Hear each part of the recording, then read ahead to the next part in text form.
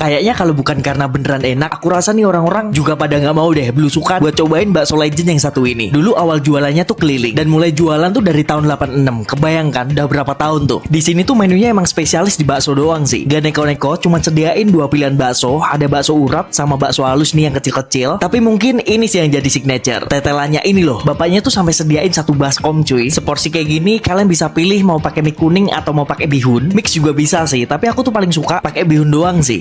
Tipe kuahnya tuh dia yang sedikit keruh. Nih istilah kita makan tuh nggak pakai apa-apa, udah comfort banget. Gurihnya dapet, kaldu sapinya tuh juga dominan. Tapi buat pedes-pedes, aku tuh paling suka buat tambahin bon cabai sambal tabur nih. Kebetulan sebelum jalan nih aku tadi tuh melipir dulu ke Luas Gentan. Dia buat tingkatan pedesnya tuh ada level-levelnya gitu. Opsional kalian bisa sesuaikan. Dan yang aku suka bon cabai sambal tabur ini tuh dia masuk gitu loh mau dipaduin sama makanan apapun. Soalnya dia kasih rasa pedes nikmat dan yang terpenting tuh dia nggak ngerubah rasa dan tekstur makanan. Apalagi ketemu bakso kayak gini. Dan ini aku paling suka yang bakso gedenya sih alias yang urat. Dia teksturnya garing gitu loh. Apalagi pas ngena bagian tetelannya. Wah, ini enak banget. Gimana? Kalian ada yang langganan di sini juga nggak? Ini tuh di warung bakso sapi Pak Kumis. Yang lokasinya tuh pas banget ada di sebelah kantor DPRD Kota Solo.